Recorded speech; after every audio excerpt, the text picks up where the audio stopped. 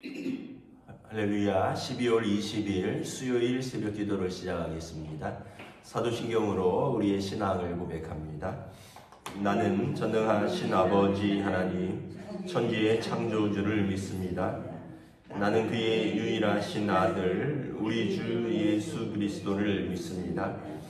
그는 성령으로 잉태되어 동정녀 마리아에게서 나시고 본디오 빌라도에게 고난을 받아 십자가에 못 박혀 죽으시고 장사된 지 사흘 만에 죽은 자 가운데서 다시 살아나셨으며 하늘에 오르시어 전능하신 아버지 하나님 우편에 앉아 계시다가 거기로부터 살아있는 자와 죽은 자를 심판하러 오십니다. 나는 성령을 믿으며 거룩한 공교회와 성도의 교제와 죄를 용서받는 것과 몸의 부활과 영생을 믿습니다. 아멘. 찬송가 312장 찬양하시겠습니다. 찬송가 312장입니다.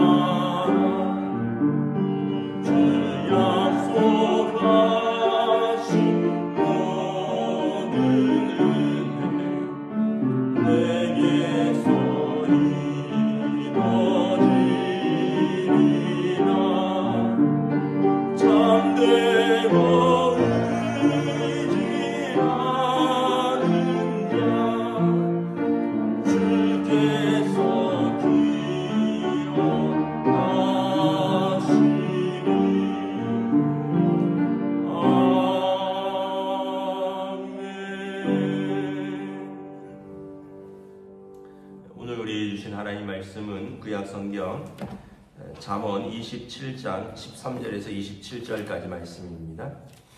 잠언 27장 13절에서 27절까지 말씀입니다. 다 찾으신 줄 알고 저와 여러분들이 한 절씩 교도하도록 하겠습니다. 잠언 27장 13절에서 마지막 절입니다. 타인을 위하여 보증선자의 옷을 취하라. 외인들을 위하여 보증선자는 그의 몸을 볼모 잡을지니라. 이른 아침에 큰 소리로 자기 이웃을 축복하면 도리어 저주같이 여기게 되니라. 다투는 여자는 비오는 날에 이어 떨어지는 물방울이라. 그를 제어기가 바람을 제하는 것 같고 오른손으로 기름을 움키는 것 같으니라. 철이 철을 날카롭게 하는 것 같이 사람이 그의 친구의 얼굴을 빛나게 하느니라. 무화과 나무를 지키는 자는 그 과실을 먹고 자기 주인에게 시중 드는 자는 영화를 얻느니라. 물에 비치면 얼굴이 서로 같은 것 같이 사람의 마음도 서로 비치느니라. 스올과 아바도는 만족함이 없고 사람의 눈도 만족함이 없느니라. 도가니로 은을, 풀무로 금을, 칭찬으로 사람을 단련하느니라. 미련한 자를 곡물과 함께 절구에 놓고 공의로 찌를지라도 그의 미련은 벗겨지지 아니하니라. 내 양떼의 형편을 부지런히 살피며 내 소떼에게 마음을 두라. 대저 재물은 영원히 있지 못하나니 멸류관이 어찌 대대 있으랴. 풀을 벤 후에는 새로 움이 돋나니 산에서 꿀을 거둘 것이니라. 어린 양의 털은 내 옷이 되며 염소는 밭을 사는 값이 되며. 함께 읽습니다. 염소의 젖은 넉넉하여 너와 내 집의 음식이 되며 내 여종의 먹을 것이 되느니라. 아멘. 할렐루야. 네, 오늘도 새날을 주셨습니다. 하나님께서 은혜와 평강으로 함께 해주시기를 축복합니다. 네, 어제 또 밤 사이에 눈이 꽤 내렸습니다. 도로는 이제 제설차들이 다니면서 다 녹았지만 또 골목골목은 아직 안 녹았을 수 있으니까 다니실 때 각별히 주의하셔야 될 것 같습니다. 그래도 또 겨울 같기도 하네요. 날씨가 이러니까. 오늘 말씀은 이제 슬기로운 자와 어리석은 자, 미련한 자와 지혜로운 자의 삶이 어떠는가를 이렇게 비교하고 있습니다. 미련한 사람은 자신도 남도 어떻게 면에서 보면 고통스럽게 하는 거죠. 13절에 보면 쉽게 보증을 쓴다는 거죠. 그래서 보증을 쓰는 것은 자신을 또는 자기 몸을 볼모로 잡히는 일이다. 그래서 성경에는 이제 함부로 보증을 서지 말라. 또 예수님께서도 보증은 아니지만 맹세하지 말라. 함부로 맹세하지 말라.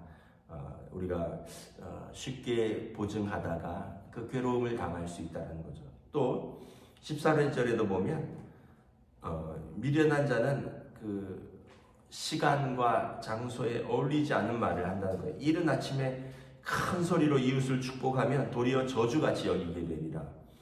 그러니까 분별력이 없다는 거죠. 여러분 이른 아침에 막 새벽같이 누구한테 전화해서 막 칭찬해 보세요. 그럼 이 사람이 이거 뭐 진짜 나를 칭찬하려고 전화한 건가 아니면 나를 괴롭히려고 전화한 건가, 뭔가 상황에 맞지 않는 거라는 거죠. 그래서 때가 있고 상황이 있는데 이른 아침부터 대바람부터 큰 소리로 칭찬하면은 듣는 사람이 이 사람이 어리석은 것이 아닌가 이렇게 생각할 수 있다는 거죠. 그래서 모든 걸 좀 분별할 수 있는 지혜가 있어야 된다는 거죠. 또 다투는 여자는 비 오는 날에 떨어지는 물방울 같으니라.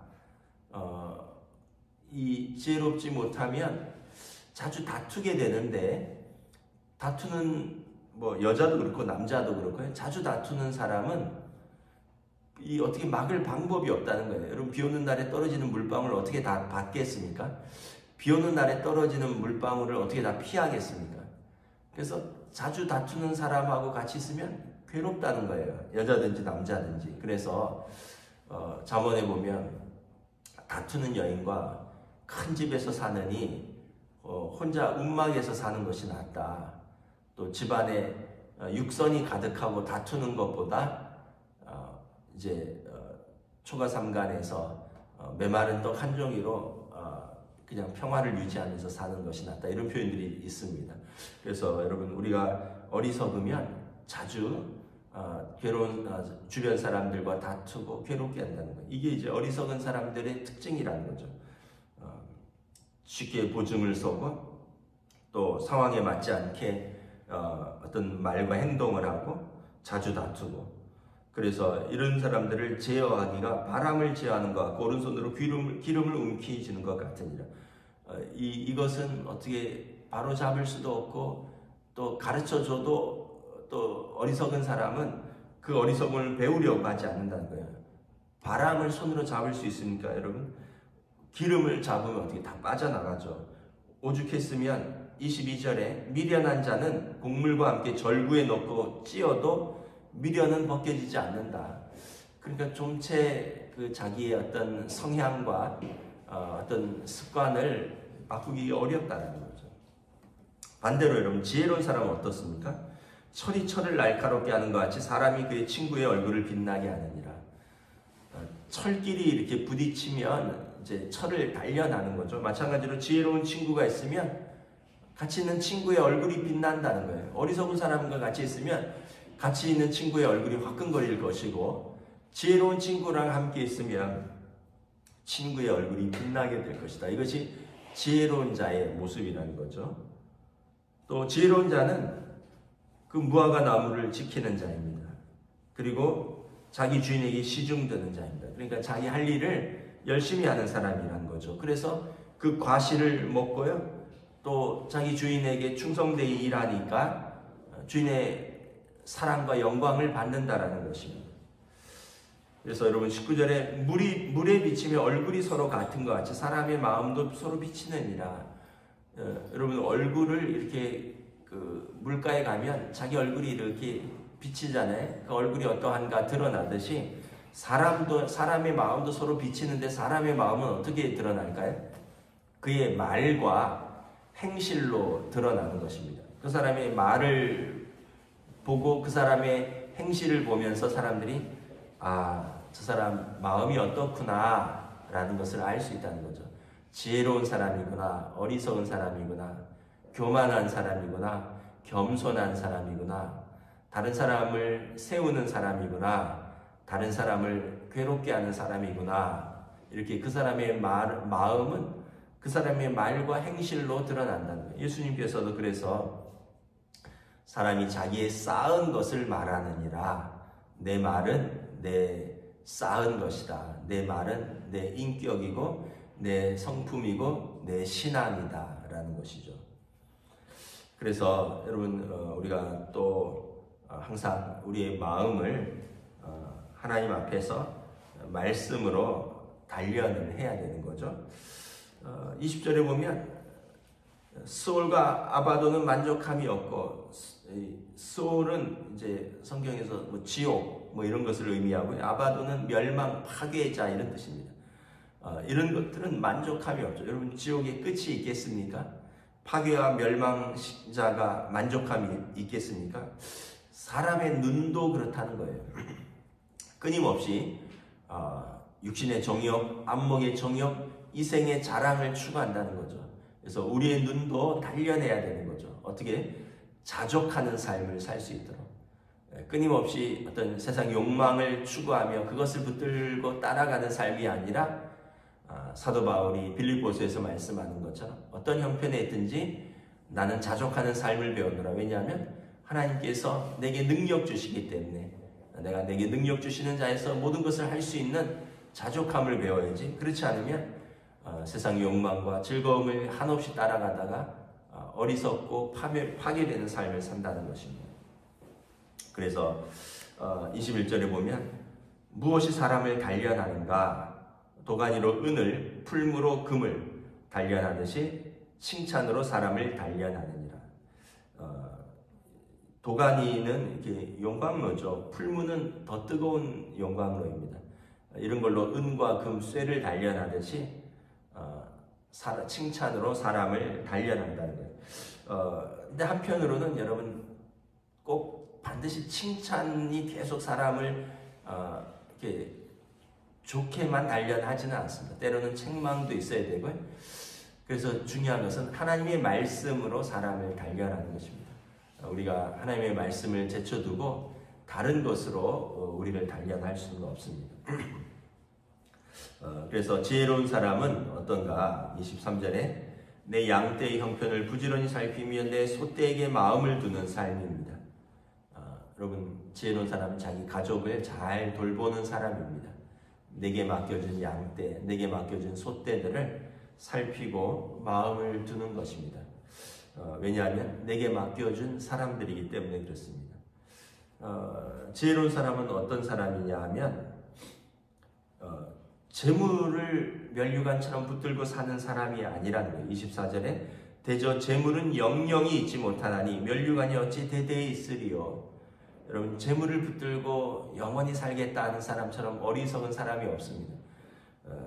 재물은 여러분 있다가도 없어지는 거예요. 또는 없다가도 있을 수 있지만 영원한 생명은 여러분 예수 그리스도 안에서 하나님이 주시는 것입니다. 믿음이죠.